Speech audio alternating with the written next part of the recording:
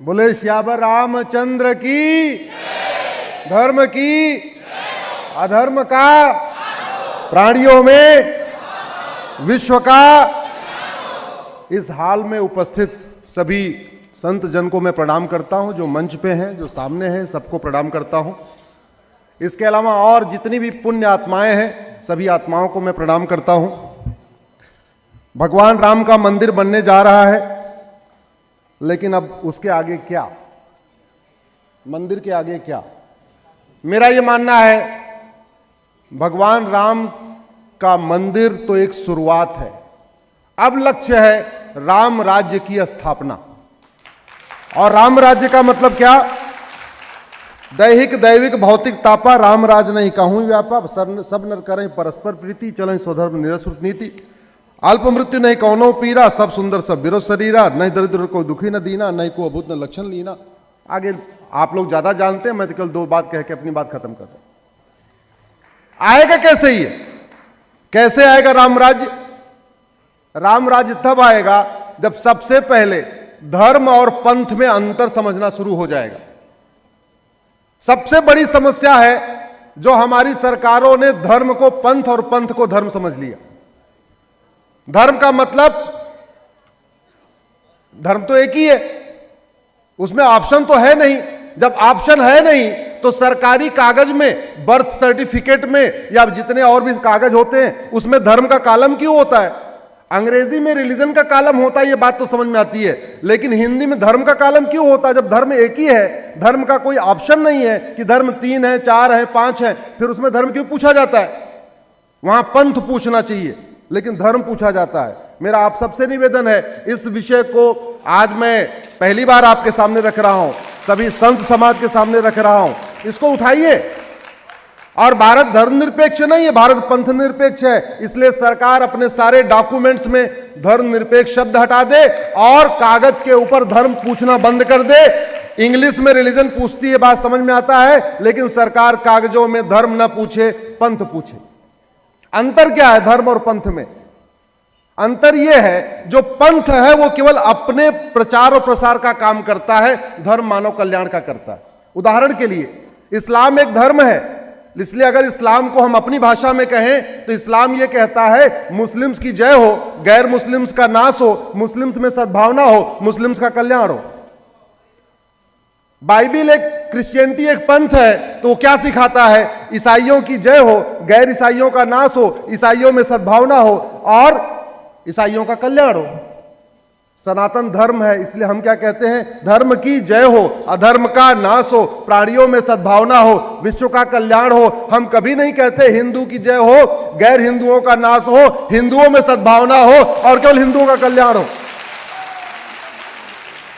यह अंतर है धर्म और पंथ में। दुर्भाग्यवश चूंकि गुलामी की शिक्षा व्यवस्था चल रही है, गुलामी के नियम कानून चल रहे हैं, गुलामी का नाम चल रहा है, गुलामी का निशान चल रहा है, गुलामी की भाषा चल रही है, गुलामी का रीति रिवाज चल रहा है, गुलामी की परंपरा चल रही है, गुलामी की शिक्षा व्यवस्था चल रही है, गुलामी की पुलिस व्यवस्था चल रही है, गुलामी की न्यायिक व्यवस्था चल रही है, गुलामी का टैक्स सिस्टम चल रहा है, सब कुछ गुलामी का चल रहा है। इसलिए सब कुछ खिचड़ी बना हुआ है, हौच पौच बना हुआ है, क्लैरिटी नहीं आ रही है। जो जो काम मुगलों ने तलवार के दम पे किया, वो सारे काम अंग्रेजों ने कानून बना के किया, और वही काम कांग्रेस की सरकार ने कानून बना के किया। अंग्रेजों ने, मुगलों ने मठ मंदिर को तलवार से तोड़ा, अंग्रेजों ने मठ मंदिर को कानून बना के अपने कंट्रोल में किया, और वही काम कांग्रेस ने किया। अंग्रेज तो केवल 2 मठ मंदिरों को कंट्रोल करने के लिए 2 कानून बना के गए थे। आजादी के बाद 33 कानून और बना दिए गए मठ मंदिरों को कंट्रोल करने के लिए। इस समय भारत में 35 कानून मठ मंदिरों को कंट्रोल करने के लिए चल रहे हैं। चर्च, मजार, दरगाह, मस्जिद के लिए 1 कानून नहीं है, मठ मंदिरों के लिए 35 कानून है। चर्च, मजार, दरगाह, मस्जिद की 1 रुपए की प्रॉपर्टी पे सरकार का कब्जा नहीं है, मठ मंदिरों की 1 लाख करोड़ की प्रॉपर्टी पे सरकार का कब्जा है।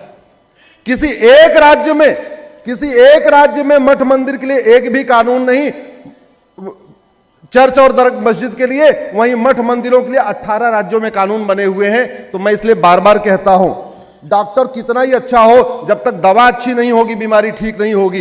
ड्राइवर कितना ही अच्छा हो, जब तक गाड़ी अच्छी नहीं होगी ठीक तब तक यात्रा सुरक्षित नहीं होगी।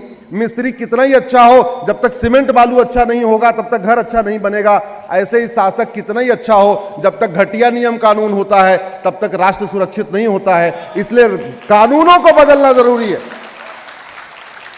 और एक बात और, अगर डॉक्टर घटिया दवा दे तो वो मक्कारी किया, ड्राइवर ठीक से गाड़ी न चलाए तो गद्दारी किया, टीचर ठीक से न पढ़ाए वो हरामखोरी हुई।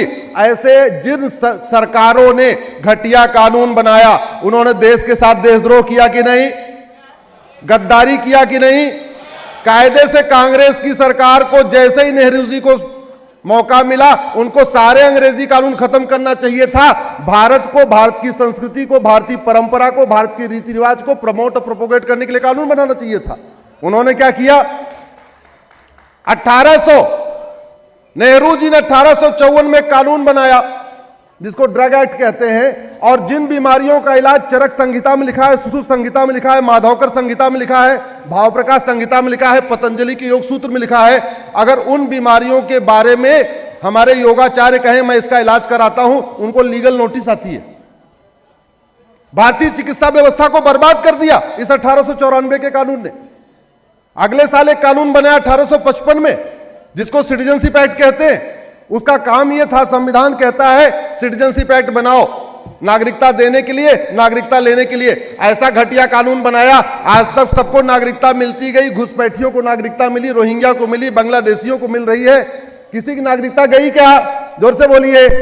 किसी मक्कार की, किसी गद्दार की, किसी देशद्रोह की, किसी घुसपैठिए, किसी आतंकवादी की, किसी अलगाववादी की, किसी कट्टरपंथी की, किसी चरमपंथी की, किसी माओवादी की, किसी नक्सली की आज तक नागरिकता गई क्या? क्यों? क्योंकि कानून घटिया है। जोर से बोलिए, क्योंकि कानून घटिया है। 18 पूरा का पूरा आजादी का आंदोलन वंदे मातरम से हुआ। पूरे आजादी के आंदोलन में वंदे मातरम, भारत माता की जय का योगदान था। आजादी के आंदोलन में जनगण मन का कोई योगदान नहीं था। 1971 में इंदिरा जी ने कानून बनाया, नेशनल ऑनर एक्ट, जनगण मन के लिए प्रोटोकॉल बना दिया। 53 सेकंड में गाया जाएगा, ये म्यूजिक होगी, खड़ा होके गाया जाएगा। जो नहीं खड़ा हुआ उसको 3 साल सजा होगी, जनगण मन का अपमान किया तो 3 साल सजा होगी। लेकिन वंदे मातरम से इतनी नफरत थी गांधी परिवार को, उन्होंने नेशनल में वंदे मातरम का स्थान दिया ही नहीं। आज की डेट में वंदे मातरम का अपमान करिए, कोई अपराध नहीं है। वंदे मातरम को कोई किसी तरीके से गाता है, कोई 53 सेकंड में गाता है, कोई 3 मिनट में गाता है, कोई किसी म्यूजिक में गाता है, कोई पॉलिटिकल पार्टियां अलग तरीके से गा रही हैं, फिल्मों में अलग तरीके से गाया जा रहा है, सीरियल्स में अलग तरीके से गाया जा रहा है, जबकि पूरा का पूरा आजादी का आंदोलन वंदे मातरम से हुआ था। ये इसलिए मैं कहता हूं, अंग्रेजों ने 500 कानून बनाए भारत को लूटने और बांटने के लिए, कांग्रेस ने लगभग 50 कानून बनाए भारत को लूटने और बांटने के लिए। इसलिए कांग्रेस को जड़ से खत्म करना जरूरी है। जब तक कांग्रेस खत्म नहीं होगी तब तक जातिवाद खत्म नहीं होगा, जब तक कांग्रेस खत्म नहीं होगी भाषावाद खत्म नहीं होगा, जब तक कांग्रेस खत्म नहीं होगी माओवाद खत्म नहीं होगा, जब तक कांग्रेस खत्म नहीं होगी नक्सलवाद खत्म नहीं होगा, जब तक कांग्रेस खत्म नहीं होगी तब तक यहां से घुसपैठिए नहीं जाएंगे। जब तक कांग्रेस नहीं खत्म होगी तब तक अलगाववाद, आतंकवाद, कट्टरवाद, माओवाद, जातिवाद, भाषावाद, क्षेत्रवाद, इसको खत्म करना बहुत मुश्किल है। इसलिए अगर सनातन संस्कृति को मजबूत करना है तो कांग्रेस, ये 2024 के इलेक्शन में कांग्रेस को 4 सीट पे लाइए, 44 से नहीं, अब उसको 4 सीट पे लाना पड़ेगा, तब हमारी व्यवस्था आगे बढ़ेगी।